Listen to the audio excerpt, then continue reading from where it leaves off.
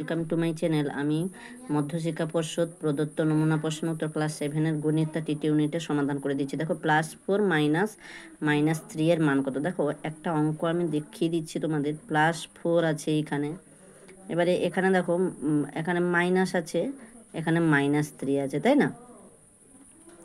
তাহলে কি করব দেখো, তাহলে +4 আছে, এবার দেখো মাইনাসে মাইনাসে কী হবে, +3 সমান কত হবে, +7 মানে 7 হবে। বুঝতে পারছো কীভাবে অঙ্কটা করলাম?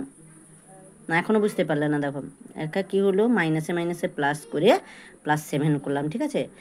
5:10 সমান 7:x হলে এক্সের মান কত দেখিয়ে দিচ্ছি সুন্দর করে অঙ্কটা। দেখো 5:10 আছে, তাহলে আমি কি করে নেব, 5/10। 7:x আছে মানে করে নেব 7/x, ঠিক আছে। বা কী করব, কোনাকুনি আমি গুণ করে দেব।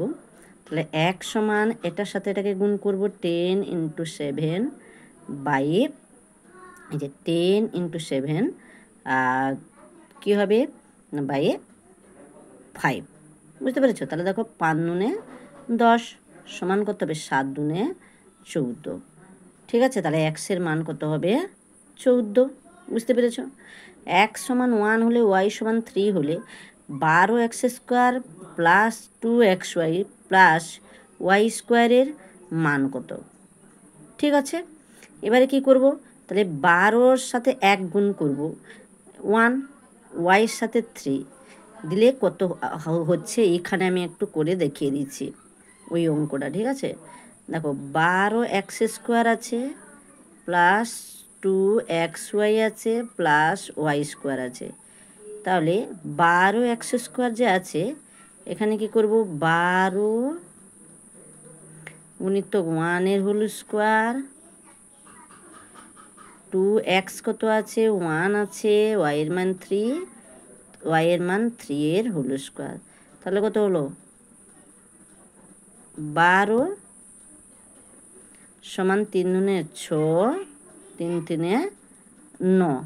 ঠিক আছে, তাহলে কত হলো, 12×6 = 18, 18, 19, 20, 21, 22, 23, 24, 25, 26, 27, কত হলো, 27।